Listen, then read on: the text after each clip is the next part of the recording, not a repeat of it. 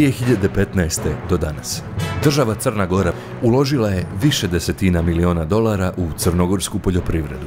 Poljoprivredni proizvođači dobili su sredstva da podignu farme, da otvore prerađivačka postrojenja i da prehrambene proizvode Crne Gore izvoze na sve kontinente. Sirevi koji su proizvedeni u Crnoj Gori dobili su međunarodne oznake za kvalitet. Njeguški pršut osvojio je i najzahtjevnija tržišta, uključujući i tržište Japana. Od kada su milioni dolara za razvoj poljoprivrede ušli u Crnu Goru, u Pljevljima je drvoindustrija doživjela procvat. Novo otvorena mljekara iz Pavinog polja izvozi proizvode u Sjedinjene Američke Države. Sir, kajmak i domaće mlijeko iz nekadašnjeg giganta Bajo Pivljanin iz Plužina ponovo dominiraju tržište. Uvoz hrane se prepolovio, a oko 2000 novih radnih mjesta otvoreno je posljednjih godina u sjevernom dijelu Crne Gore i to upravo u sektoru poljoprivrede. Konačno, poljoprivredna proizvodnja stala je na noge i postala konkurentna proizvođačima hrane u regionu. Prodavnice su preplavljene domaćim proizvodima. Država Crna Gora nema više potrebe da uvozi prehrambene proizvode. Pa se tako desila.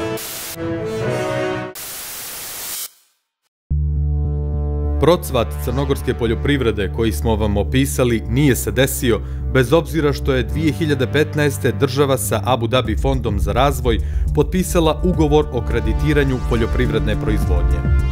Radi se o kreditu od 50 miliona dolara. Polovina tih sredstava je dodijeljena od 2015. do 2017. godine privatnim firmama, a da će te firme vratiti kredit, garantovano je novcem iz državnog budžeta. Nadležnim institucijama postavili smo jednostavno pitanje: da li je i koliko procedura dodjele sredstava bila transparentna i da li javnost Crne Gore ima pravo da zna pod kojim uslovima su privatne kompanije dobile novac sa državnim garancijama. Od ukupnog iznosa država je do sada dodijelila manje od pola, 23 miliona dolara kredita, i to za samo 9 kompanija. Ovaj povoljan kredit, koji je mogao da bude veliki podsticaj razvoju poljoprivrede, nedovoljno transparentnim načinom dodjele, koji je prema istraživanju redakcije emisije Mehanizam problematičan po više osnova. 3 godine nakon što je postao dostupan, nije dao očekivane efekte. Naše istraživanje pokazalo je da su više milionske povoljne kredite dobile i pojedine firme sa rizičnim poslovanjem, teško ostvarivim biznis planovima i poreskim dugovima. Neke od njih danas su u blokadi i pitanje je da li će ikad izaći iz krize. Istovremeno, malim i srednjim proizvođačima direktan pristup ovom novcu je donedavno bio uskraćen. O svemu tome gledat ćete u 3. serijalu emisije Mehanizam – Poslovna tajna.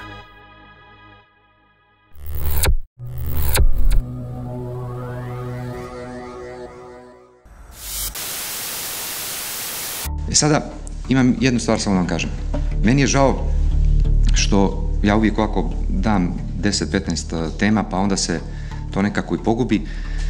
Imam još dobrih vijesti za vas. Ali ako to sada vama kažem, onda će to se izgubiti u moru i drugih informacija. Pa ako bi mi obećali da će se potruditi da pišete još više teksta iz poljoprivrede, daću vam jednu ekskluzivnu informaciju. Ok, držim vas za riječ.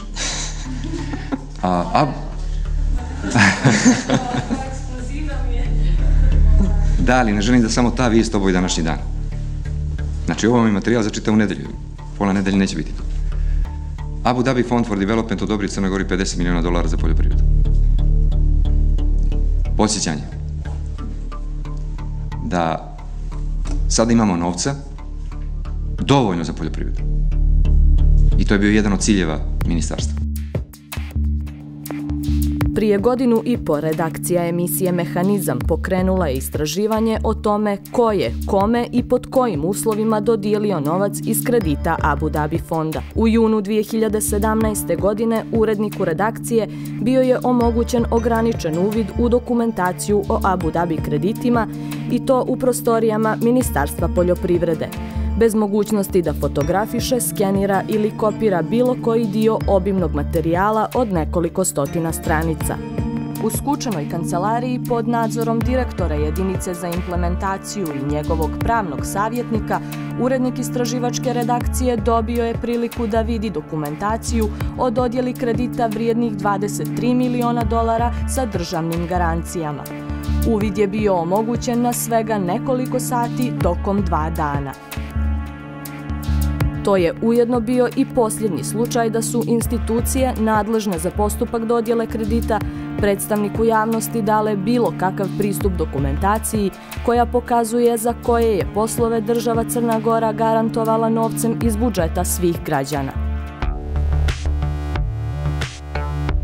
Dok redakcija Mehanizma već duže od 1,5 godine koristi sva raspoloživa zakonska sredstva da dokumentacija o ovom poslu bude dostupna građanima, paralelno smo prikupili stotine dokumenata, podataka i izjava koje pokazuju zašto je kredit iz Abu Dhabi fonda postao strogo čuvana tajna i zašto je u vezi sa ovim poslom nastao svojevrsni zavjet ćutanja nadležnih institucija.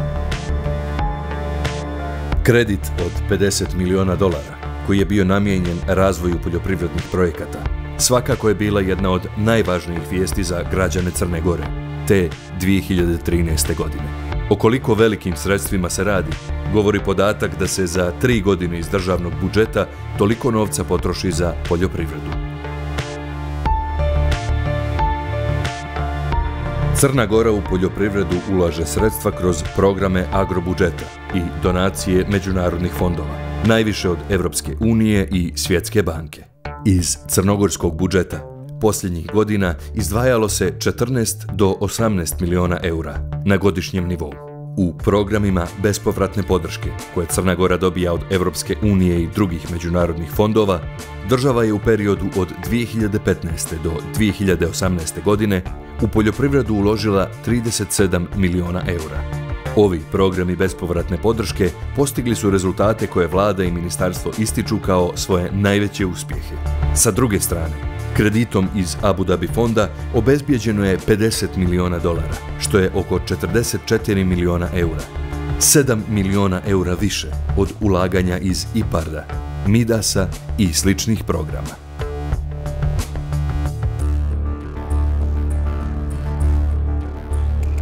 Abu Dhabi fond za razvoj je kreditni fond koji je osnovala vlada Abu Dhabija sa ciljem da finansijski pomaže zemljama u razvoju kroz zajmove, kredite kao i upravljanje državnim grantovima i akcijama. Cilj im je, kako navode na svom sajtu, smanjenje siromaštva u svijetu. Abu Dhabi fond finansira 536 projekata na skoro svim kontinentima. Da bi Abu Dhabi fond mogao da ulaže u crnogorsku poljoprivredu, govorilo se poslije prve zvanične posjete crnogorske delegacije Ujedinjenim Arapskim Emiratima. Milo Đukanović se, nakon pauze, vratio na državnu funkciju i formirao vladu u decembru 2012. Već u januaru 2013. otputovao je u službenu posjetu Emiratima. Osim Đukanovića, u delegaciji su bili tadašnji ministri ekonomije i poljoprivrede, Vladimir Kavarić i Petar Ivanović. Saradnja Ujedinjenih Arapskih Emirata i Crne Gore počela je prije 10 godina. 2010. godine otvorena je ambasada Emirata u Crnoj Gori, prva u ovom dijelu Evrope. Prema podacima Centralne banke iz januara 2018. godine, Ujedinjeni Arapski Emirati su najveći strani investitor u Crnoj Gori. Prva velika investicija arapskog kapitala bila je izgradnja poslovno-stambenog centra u Podgorici, vrijednog oko 140 miliona eura, a partner arapskim investitorima bila je Atlas grupa Duška Kneževića. Arapski investitori su raskinuli partnerstvo sa Kneževićem. Nakon raskida ovog posla, Kneževićevi finansijski problemi postajali su sve veći, da bi krajem prošle i početkom ove kulminirali krahom njegovih banaka i pokretanjem istrage od strane specijalnog državnog tužilaštva. Osim ulaganja u Capital Plazu, novac iz Ujedinjenih Arapskih Emirata uložen je i u duvansku industriju. Novi duvanski kombinat prodat je kompaniji BMJ Industries iz Dubaija. Kamen temeljac postavljen je 2016. Godinu nakon toga, specijalno državno tužilaštvo zaplijenilo je cigarete više milionske vrijednosti, bez akciznih markica u skladištu u Tuzima.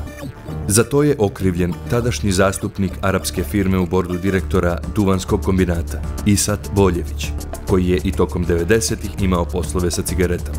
Nakon toga, vlasnik firme iz Emirata smijenio je Boljevića, koji je priznao krivicu i osuđen je na 9 mjeseci zatvora i novčanu kaznu.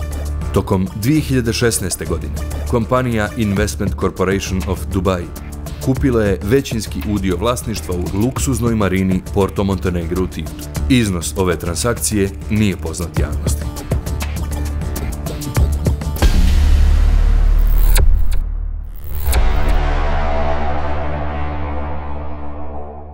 Paralelno sa dogovorima o ulaganju u profitabilne djelatnosti, vlada je sa arapskim investitorima pregovarala i o ulaganju u crnogorsku poljoprivredu.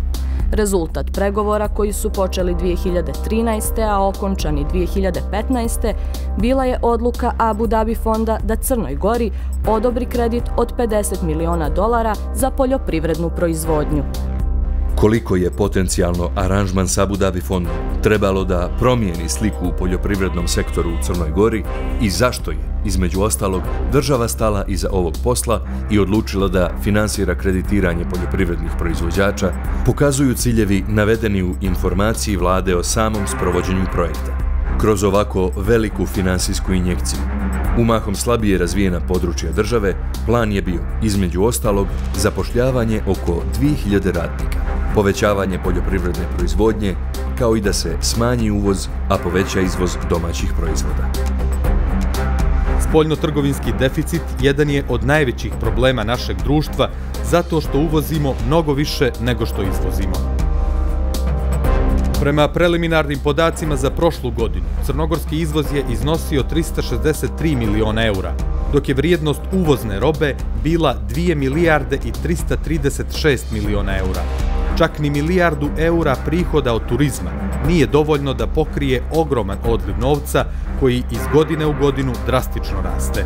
Agencija Anadolija objavila je početkom ove godine podatke o uvozu i izvozu u državama bivše Jugoslavije. Prema tim podacima, Crna Gora ima najslabije rezultate.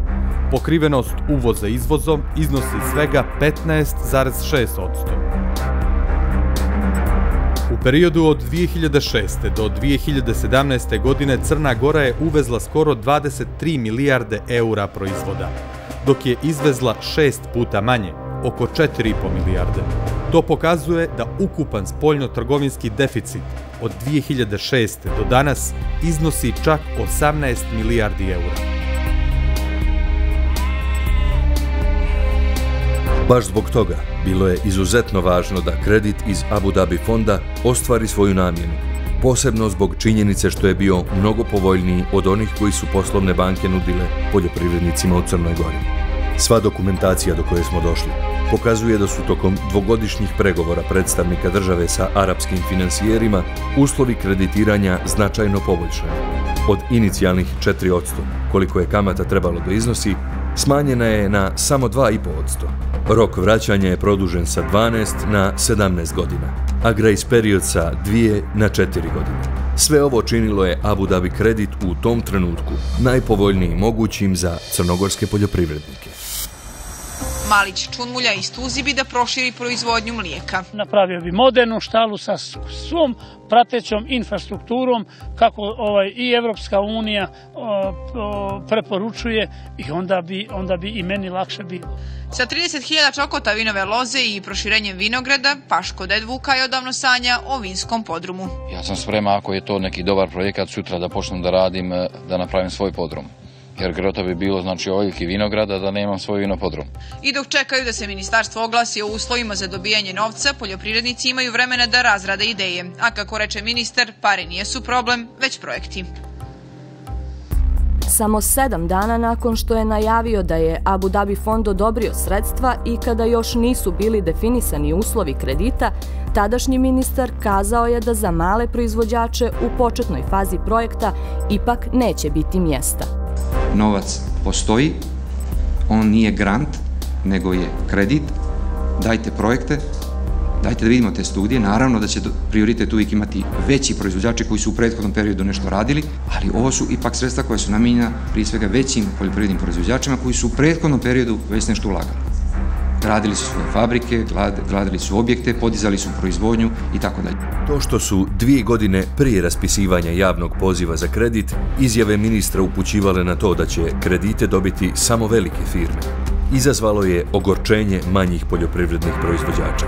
Na sjednici socijalnog savjeta održanoj 2013. godine, prema izvještajima medija, čulo se više kritika upućenih na račun odluke da krediti budu dostupni samo velikim firmama. Mi koliko znamo, veliki ili velika firma u Crnoj Gori sektora agrara su samo plantaže. Možda sada kad ste pridružili i šumarstvo, to možete tretirati vektor. I da će vrlo vjerojatno oni koji daju taj kredit, a to je Abu Dhabi fond za razvoj, prije dati kredit većim proizvođačima nego manjim. Ali da ne bi manji proizvođači ostali bez bilo kakve mogućnosti da dobiju sredstva. Otud je ovih 17 miliona eura namijenjeno prije svega njima.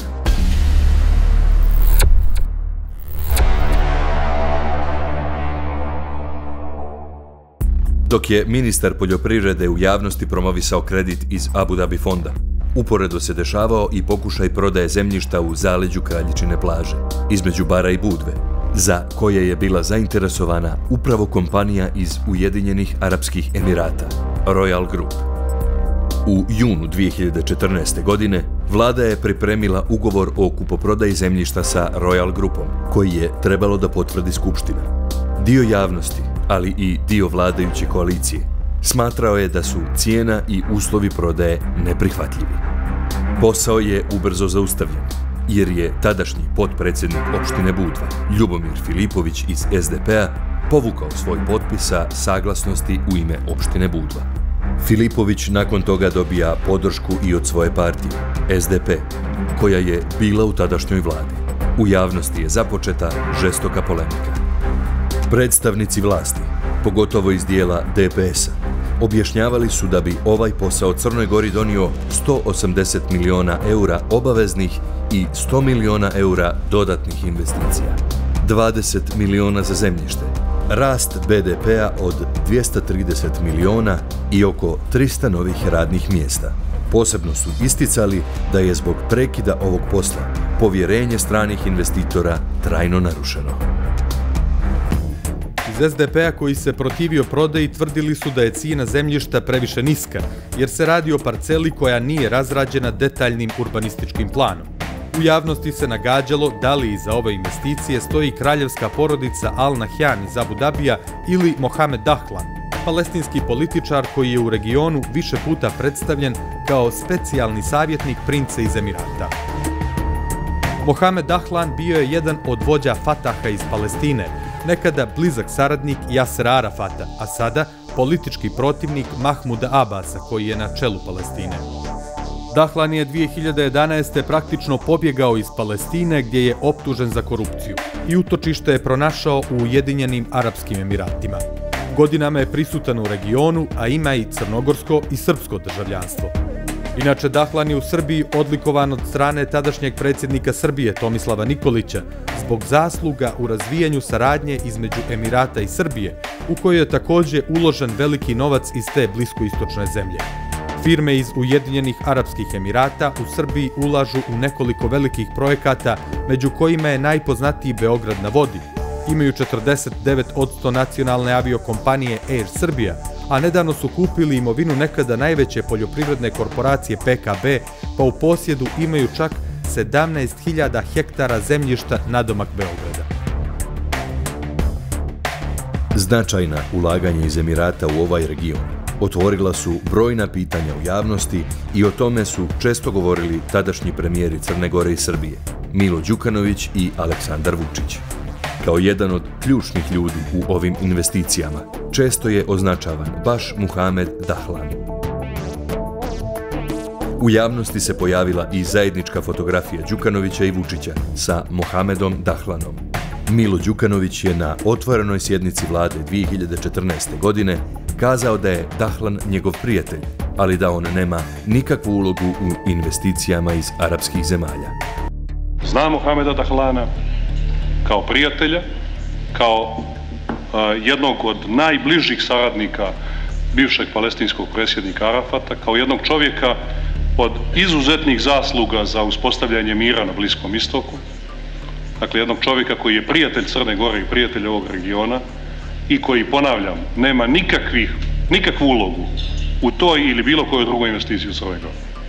U martu 2015. počelo je i emitovanje prvog serijala emisije Mehanizam, Obećana zemlja, u kojem su detaljno prikazani brojni slučajevi rasprodaje neurbanizovanog opštinskog zemljišta širom Crne Gore, a najviše takvih slučajeva bilo je u Budvi. Žestoka rasprava u javnosti i neslaganje koalicionih partnera DPS-a i SDP-a zbog slučaja Kraljičina plaža dovelo je do toga da Royal Grupa 2. aprila 2015. i zvanično odustane od ovog posla. Ambasadorka Ujedinjenih Arapskih Emirata u Crnoj Gori Hafsa Al-Ulama kaže da žali što Royal Grupa odustaje od Kraljičine plaže. U saopštenju dostavljenom medijima navodi da je njena uloga kao ambasadorke da radi na jačanju odnosa između dvije zemlje u svim aspektima, i ekonomskim, i političkim, i socijalnim. Žao mi je što projekat na Kraljičinoj plaži neće biti ostvaren, jer bi doprinio razvoju turizma u toj oblasti, kao što bi doprinio stvaranju novih resursa i velikom broju prilika za posao. Žao mi je što vrijednost investitora Royal Grupe iz Emirata nije prepoznata. Sve ovo uticalo je na realizaciju kredita od Abu Dhabi fonda, a o tome je govorio i ministar poljoprivrede Petar Ivanović sredinom aprila 2015. Iako su pregovori sa Abu Dhabi fondom za razvoj o kreditu za crnogorsku poljoprivredu bili prekinuti, a Royal Grupa u međuvremenu odustala od Kraljičine plaže, čini se da povjerenje investitora nije skroz izgubljeno. Razgovori se nastavljaju, kaže ministar poljoprivrede, a šanse da dobijemo prijeko potreban novac stalno rastu. I kod mene postoji čvrsto vjerovanje da ćemo taj posao ipak uspjeti da završimo do kraja. Ja bih volio, naravno, kao ministar poljoprivrede to bude u što kraćem roku. Na pitanje da li raskid ugovora sa Arapima oko Kraljičine plaže može uticati na pregovore sa Abu Dhabi fondom, Ivanović kaže da je u svijetu investicija sve povezano. Vi ste u pravu sa tom konstatacijom. Postoji mogućnost da je odluka o dovođenju u pitanje jednog projekta lančano povukla i ostale projekte.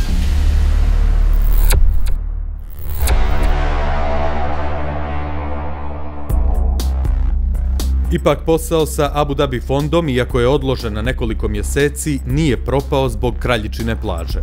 Nakon pregovora koji su trajali 2 godine, u junu 2015. potpisan je ugovor o kreditu sa fondom iz Abu Dhabija.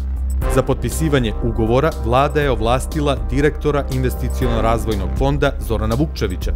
Ministar poljoprivrede Petar Ivanović, koji je vodio pregovore, odlukom vlade bio je zadužen da ugovor verifikuje kao svjedok. Investiciono-razvojni fond je akcionarsko društvo koje je osnovala država, posebnim zakonom. IRF funkcioniše kao razvojna banka. Novac ne dobija iz budžeta, već u ime države sklapa aranžmane sa inostranim institucijama i pod povoljnim uslovima dodjeljuje kredite crnogorskim privrednicima. IRF je organizovan kao poslovna banka, što znači da ima razrađen kompletan mehanizam za procjenu kompanija koje traže kredit.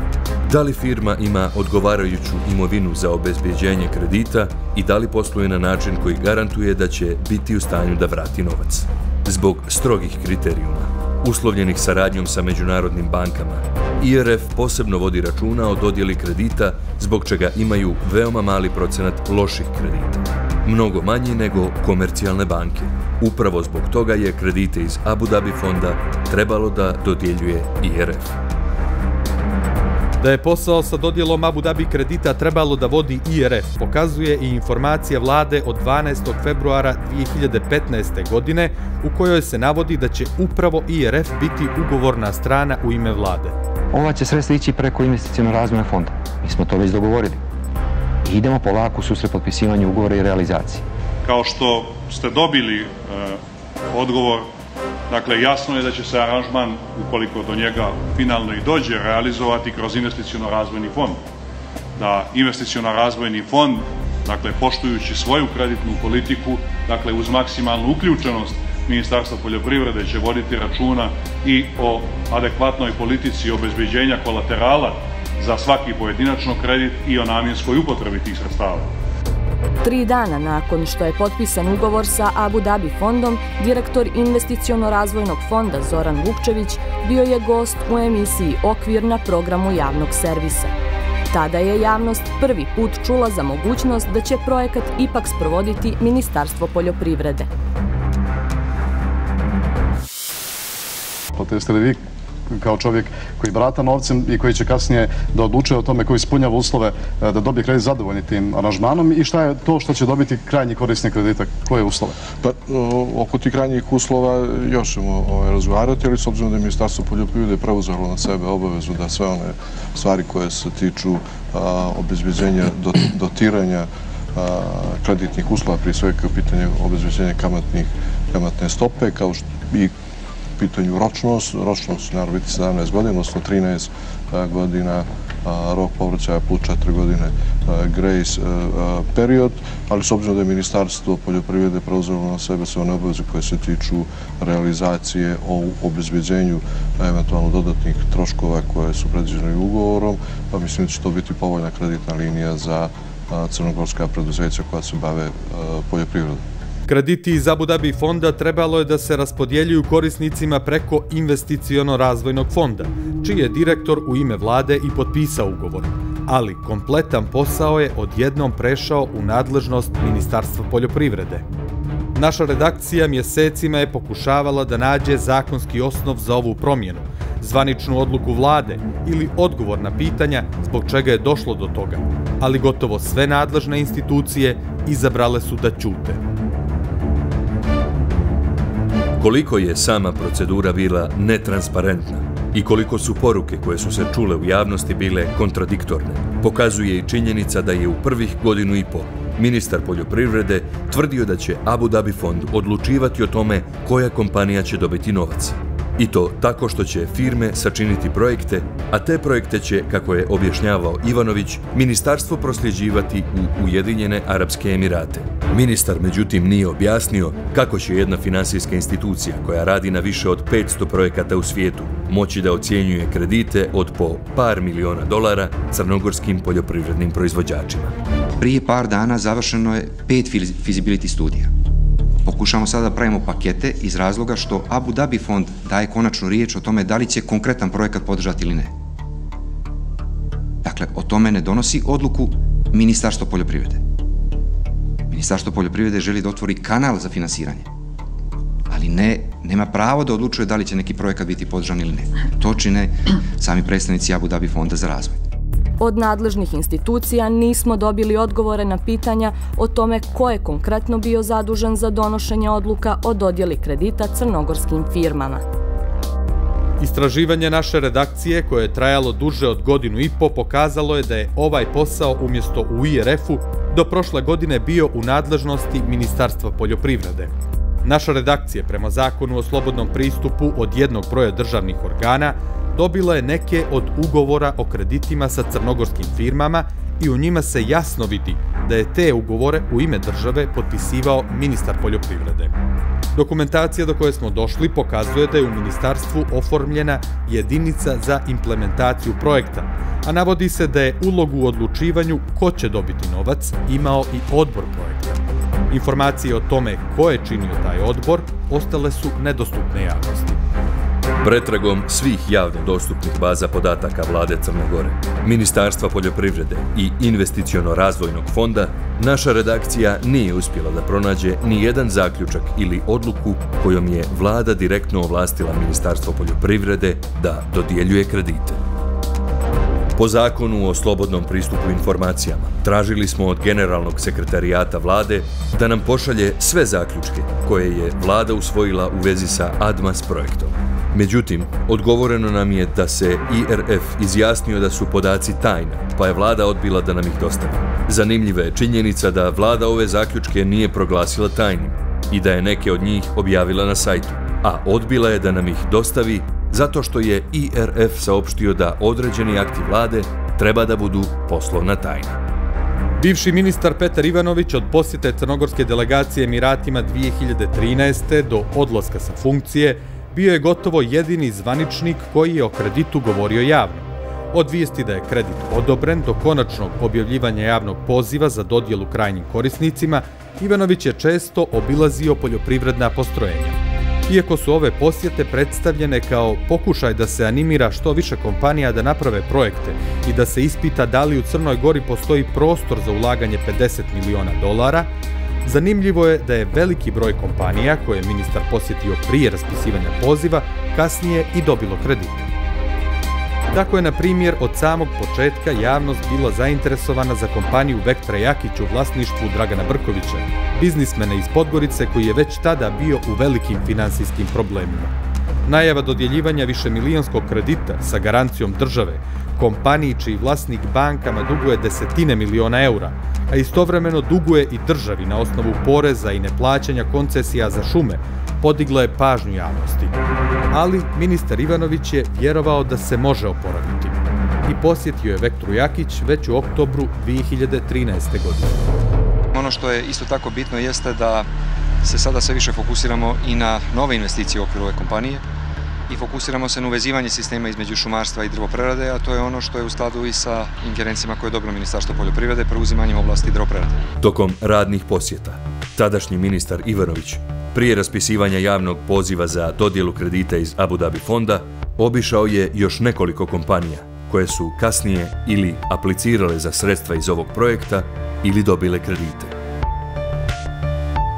Dok je ministar govorio o spremnim projektima, javnosti još nisu bili poznati svi uslovi za dodjelu kredita, niti je bio raspisan javni poziv, a u medijima se postavljalo pitanje kako neke domaće kompanije pripremaju biznis planove, ako se tada još nije znalo koji su kriterijumi i šta projekti treba da sadrže.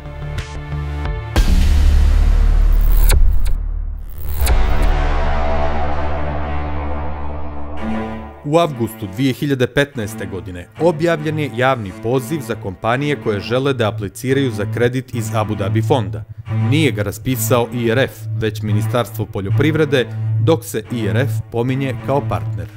Javnim pozivom propisano je da su krediti namijenjeni za investicije u proizvodnju, a da se trećina iznosa kredita može iskoristiti za plaćanje tekućih obaveza.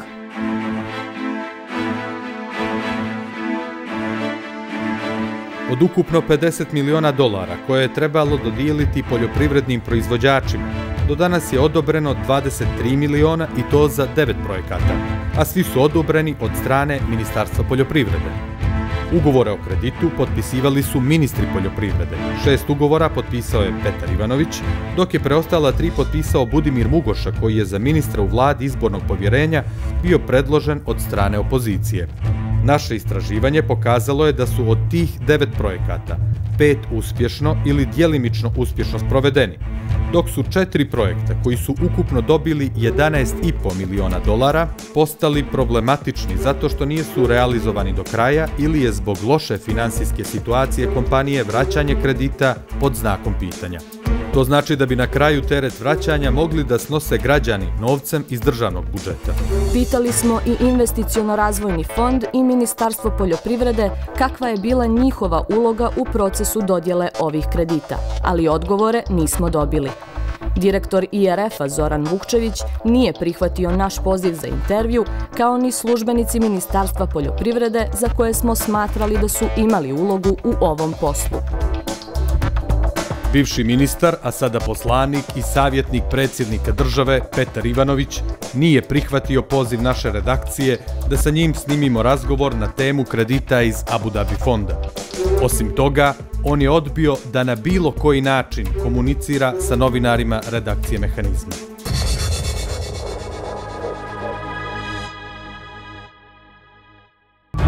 Istraživanje redakcije emisije Mehanizam pokazalo je da Ministarstvo poljoprivrede nije imalo zakonski osnov da odobrava kredite kompanijama. Prije svega, prema Zakonu o državnoj upravi, koji precizno određuje čime se bave ministarstva, ne navodi se da mogu dodjeljivati kredite privrednim društvima.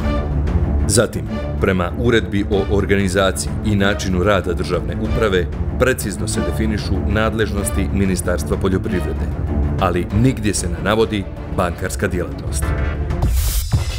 Iako smo poslali brojna pitanja nadležnim institucijama tražeći objašnjenje kako je ministarstvo moglo da dodjeljuje kredite, dobili smo odgovore tek na nekoliko pitanja. Iz Centralne banke, koja je zadužena za kontrolu bankarskog sektora, naveli su da je kredite dodjeljivao IRF, a ne ministarstvo. Ipak naglasili su da i u slučaju da jeste kredite dodjeljivalo ministarstvo, to se ne može smatrati bankarskim poslovima jer ministarstvo to nije radilo da bi sticalo profit.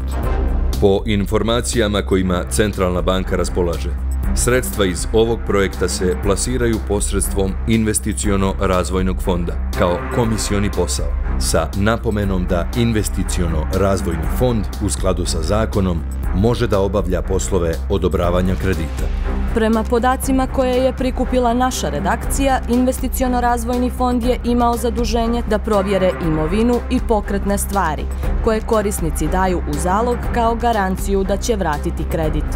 Podaci koje smo dobili po Zakonu o slobodnom pristupu informacijama pokazuju da se ministarstvo ipak bavilo bankarskim poslovima, onako kako je ta djelatnost definisana u Zakonu o bankama. Ministarstvo je za potrebe dodjele otvorilo poseban račun kod prve banke na koji je uplaćen novac iz Abu Dhabi fonda. Sa tog računa ministarstvo je isplaćivalo kredite, a korisnici su na taj račun uplaćivali obaveze za kredite, uključujući rate, kamate i provizije.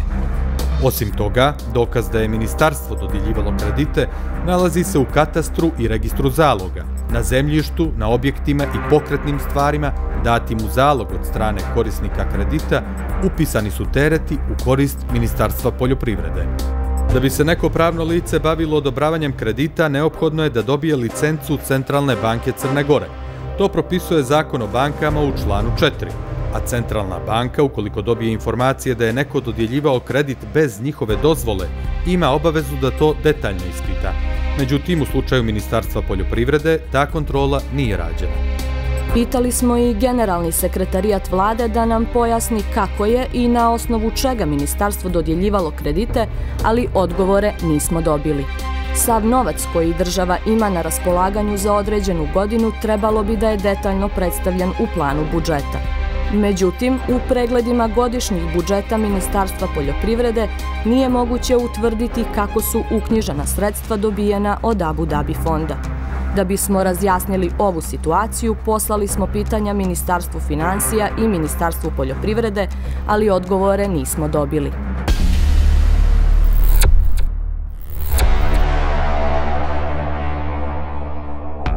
Da je od samog početka kredite trebalo da dodjeljuje IRF, čime bi se umanjio rizik za javne financije, pokazuje i dokument iz 2017. godine objavljen na sajtu vlade. Naime, nakon 2 godine zaključkom vlade, odlučeno je da ADMAS projekat iz Ministarstva poljoprivrede pređe u nadležnost IRF-a. U vladinoj informaciji o realizaciji ADMAS projekta, dostupnoj na sajtu, navode se razlozi za ovaj preokret. Investiciono-razvojni fond je specijalizovana institucija osnovana od strane vlade Crne Gore, koja na osnovu zakona može koristiti međunarodne fondove i čija je zakonom definisana djelatnost odobravanje kreditnih sredstava. Pored navedenog, treba imati u vidu i činjenicu da je Investiciono-razvojni fond potpisnik ugovora sa Abu Dhabi fondom za razvoj. Čak se i u godišnjem izvještaju Investiciono-razvojnog fonda za 2018. godinu navodi da ministarstvo nema dovoljno iskustva da dodjeljuje kredite. Razlozi su ograničeni kapaciteti i nedovoljno iskustvo ministarstva u dodjeli kredita, kao i pozicije IRF-a kao već etablirane i razvijene finansijske institucije, koja ima višegodišnje iskustvo u realizaciji kreditnih aranžmana sa drugim inostranim finansijskim institucijama. Paralelno sa promjenom nadležnosti za realizaciju ADMAS projekta sa ministarstva na IRF, dogodio se i dosad nezabilježen slučaj sakrivanja dokumentacije od javnosti. Naime, dokumentacija koja je mjesec prije preseljenja u IRF, po Zakonu o slobodnom pristupu informacijama bila dostupna, odjednom je proglašena poslovnom tajnom i do danas se krije od javnosti. Novinari istraživačke redakcije zbog gotovo potpune zatvorenosti institucija pokušali su da na terenu utvrde kako kompanije koje su dobile sredstva ovaj novac troše. Korisnici kredita koji su u potpunosti ili djelimično realizovali projekte bili su otvoreni za javnost i omogućili su nam snimanje postrojenja u koja su uložili novac od kredita. Kompanija Goranović dobila je kredit od $3 miliona. Iz ove domaće industrije mesa objasnili su nam da su novac uložili u proširenje proizvodnih kapaciteta. Tako je bilo i u slučaju kompanije Ekoper, koja je dobila $2,5 miliona kredita za novu fabriku vode Diva u Šavniku, koja je u trenutku naše posjete bila u završnoj fazi radova pred otvaranje. Isti prijem imali smo i u mljekari Nika, koja je dobila oko $1 milion kredita i koja je pokrenula nove proizvodne pogone. Također, firma sa Žabljaka HM Durmitor, koja je dobila $2,5 miliona kredita za nabavku stada Angus goveda, omogućila nam je da snimimo njihovu farmu i organsku klanicu koja je bila u izgradnji. I predstavnici kompanije Mesopromet Franca bili su otvoreni za saradnju i dozvolili snimanje njihovih postrojenja u koja su investirali $3 miliona od Admas kredita. Sa druge strane, naša redakcija nije imala pristup sljedećim kompanijama. Vektra Jakić u vlasništvu Dragana Brkovića dobila je $3 miliona za fabriku peleta. Fabrika je otvorena i posluje, ali sa velikim problemima, ogromnim poreskim dugovima. Radnici štrajkuju zbog neisplaćenih zarada.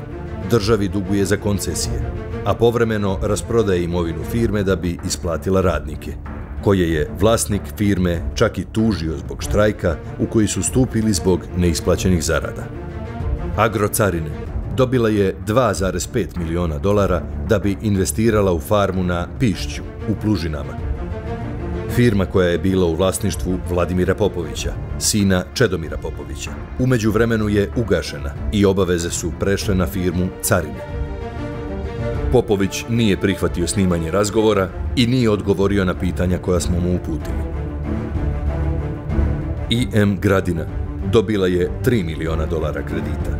Vlasnik Gradina Company, Džemal Škrijelj iz Rožaja, na sastanku u Podgorici objasnio nam je da njihova investicija još uvijek nije do kraja realizovana, ali da će biti.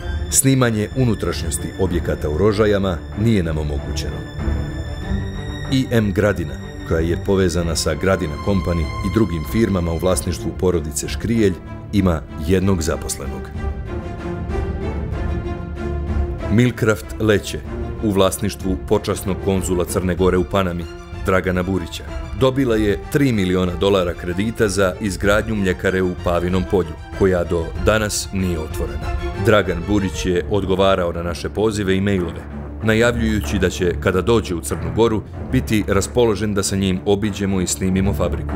Međutim, odjednom je prestao da odgovara na naše poruke. Predstavnici institucija sredinom jeseni 2018. prestali su u potpunosti da komuniciraju sa našom redakcijom i da odgovaraju na naša pitanja. Sve češće su počeli da koriste argument da je u pitanju poslovna tajna i da ne smiju odavati informacije, iako se radi o $23 miliona kredita koje je Ministarstvo poljoprivrede dodijelilo privatnim firmama sa garancijom države. Na koji način je ministarstvo dodijelilo kredite? Da li su i u kojoj mjeri ispoštovani uslovi za dodjelu? Kako je dobijeni novac iskorišćen i zašto je sve to skriveno od javnosti, prikazat ćemo u narednim epizodama serijala Poslovna tajna.